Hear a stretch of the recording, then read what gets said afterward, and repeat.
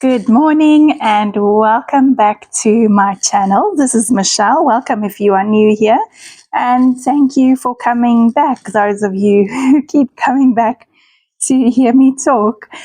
I wanted to create a bright page today, but I also wanted it to have some contrast, and I really wanted to use Marlene's washi tape, the little scallopy one that's got the rainbow colors.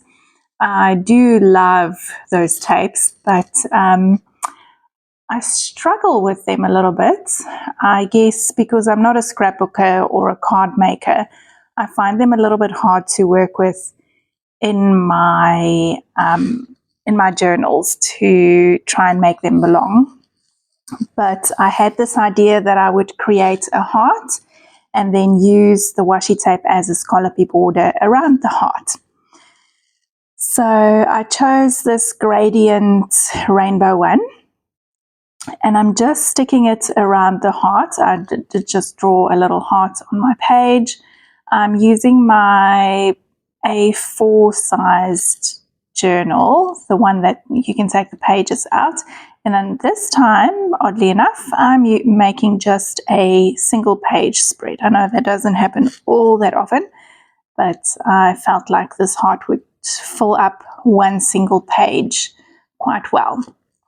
So I'm popping the washi tape down, and just around the curves I am cutting them apart just to get them around the curves. One of them tore when I was busy pulling it off the roll, but I'm still sticking it on even though it's two pieces. I do find I have to be super careful when I take this washi off the roll, and it's just because they've got that scallopy or the scallopy edge, so they're not quite as strong as your normal washi would be with a straight edge. So if you do have them, make sure you pull up from the bottom toward where the scallops are instead of pulling from the rounded edge down. I find that tears them more than if I pull them from the straight edge up. And also go very, very slow. Once I've got them all down, I'm burnishing them down with my bone folder, and I also used my little craft knife just to trim off some of the bits that were sticking out, that weren't cut perfectly. Obviously being super careful not to cut into my page, so a very, very light touch to get them off.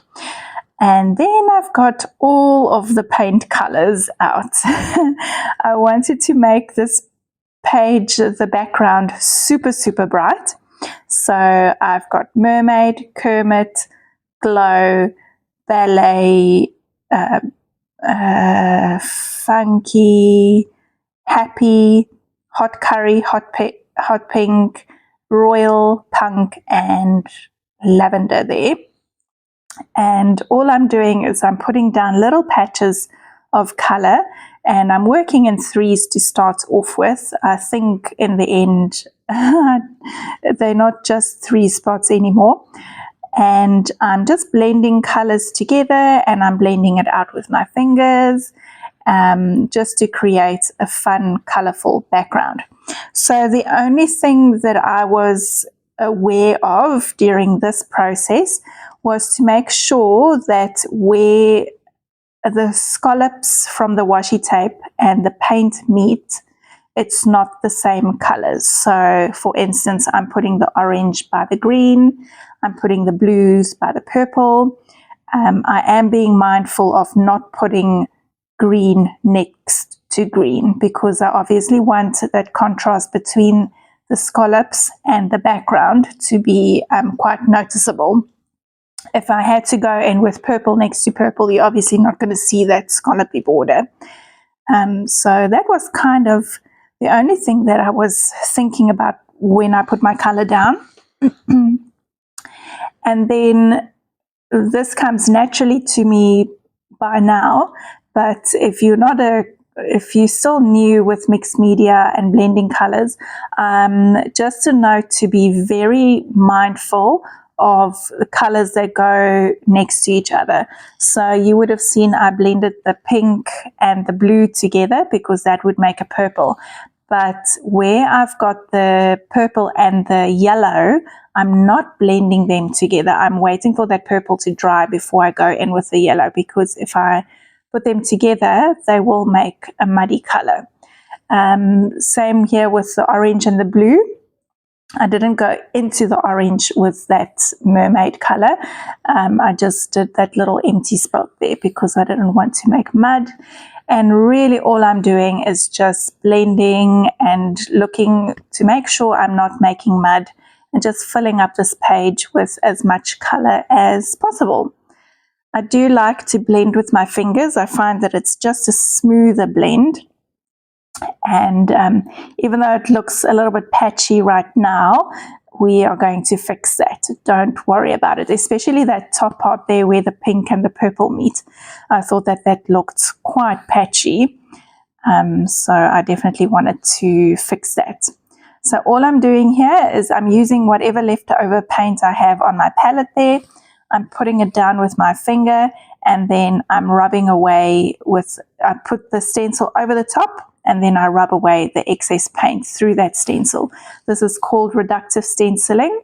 I do this probably on all my pages. I find it's the easiest way for me to get texture down.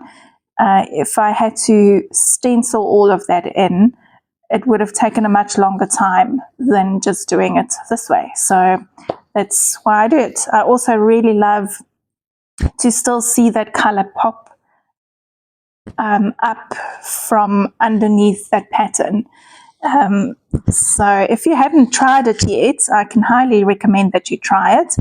The only thing that you need to be mindful of is to make sure that your bottom layer is completely dry. If that bottom layer is not dry and you wipe away the paint, you will wipe the bottom layer away as well. So I also went in with just normal stenciling, and I used that bubbly bit on the Frantic Deco stencil. And really the only thing that I'm trying to do here is to not waste my paint, and I'm just trying to finish whatever paint I have left there. So I used the orange for the bubbles, and I'm just going in with some mark making. I used the royal because it was there and I didn't want to waste it, but I really didn't like the royal on the page. I thought it was way too strong. So I've gone over the top with ballet, and I thought, okay, that feels a little bit better. And then I decided to go over the top again with white. So I am going over the top of those clusters that I've got already, but I am also extending my mark making out just a bit, just to extend it a little bit and not look too grouped together, but to make it look, I guess, a little bit more natural. My lace paint is finished, so I'm using my Amsterdam acrylic paint. And I also just wanted to make sure that the white inside the heart was quite bright.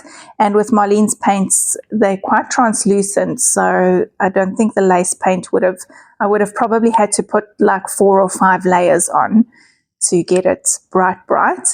Whereas with the Amsterdam acrylic, it doesn't take all that much paint or layers. It's a really opaque white paint. I did have to go over a few bits just once or twice again, but I did manage to get it nice and white. And quick clean up so I don't put my page in the paint, because the back of this page is already done. And I would be horrified if I had to press my page into wet paint. Okay, I wanted to make some black and white stripes. So again, I'm using this Frantic Deco stencil, and I'm using the stripy bits. And at first I thought I would only use it as a guide, so I would only do like the center and then extend it with my paint pen, but then I didn't. I just connected them using the stencil, and it connected them to the side, being quite careful of not going onto the washi tape, even though the washi tape is so easy to wipe off. So even when I did the background and I had some paint over, you would have seen me rub away the paint with a wet wipe or baby wipe, and that kept them nice and clean. So just continuing with that stenciling, filling in all the gaps, and then where I thought the stenciling would be a little bit too tricky, I'm going in with my paint pen. I do take a little bit of care and time to make sure I get them somewhat straight, hence my head in the way. I'm sorry. But there you go. I do have a head, not just hands. And then I also found that where the stenciling joined, I had to just fix those joined bits as well, because you could see where the one group of stenciling ended and where the other one started. So just quickly fixing that up. And then I'm going to go in with my Posca paint pens. I'm using a thicker one and a thinner one, and I'm just going to outline both on the inside of the heart as well as around the scallops. I'm using very scratchy lines, and I'm doing double lines just to make sure they look quite sketchy and scribbly and deliberately messy. Because if I had to try and make a perfect line around each of those scallops, and one of them maybe my pen got stuck, or my hand wasn't quite as controlled, or whatever, and if one of them were skew or wonky, then it would stand out like a sore thumb. So I just make them all deliberately wonky, and then nobody will know. I actually, now looking at it, I really like the way that the scallops look. But at that moment, I decided they needed more. So I am adding some more doodly bits. So really, I'm just adding a little scallopy thing inside each of those, or not even all of them, just here and there. And I'm using the pastel colors of my Posca paint pens, as well as some white. I found that the pastel ones looked really nice. They stood up against the brighter and the darker colors. And then the ones that I didn't do scallops in, I'm putting a little white heart in each of them. And I really love the way that that turned out. And then comes the question of what quote would I put on here? I grabbed out a couple of ones that I had already pre-made. So when I got this new stamp with the bold words, I embossed a whole bunch of these stamps in different colors. And now I'm trying to find out which one will work. I really, really wanted to use the one that says Doodle. It's a pink background with yellow embossing powder. Because it had the same colors as on my page. And then I took out the one that says Create with the gold and the black, and I was stuck between what am I going to do, because I love them both, but I think I love the gold and black one more. But then just to try and make sure that just checking out all my options, I put 3 words, and then I went back and forth with all the words that I had. So let me know in the comments which one you would have chosen. I would love to know your opinion on this, because I really, really did struggle. So I decided, while I think about it, let me add more lines. I did end up going with the gold one. I thought it looked really nice, but I was a little bit bothered about the fact that that's now the only thing that has gold. And you can see I'm back and forth. But then the gold one just looked better to me. So I would love to know which one would you have chosen? So before I could change my mind again, I stuck it down, and then I found a little quote here. And the quote said,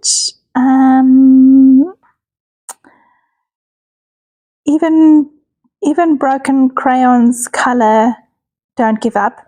But the color is not spelt right. I know in some countries color is spelt COLOR, but with us it's OUR here in South Africa. So I didn't want to put a wrong spelt color down.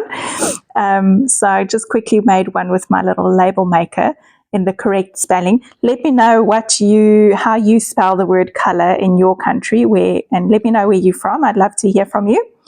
I finished that off. I tried making a little flag. I didn't like it. And then I stuck it down and finished off with a little doodly border.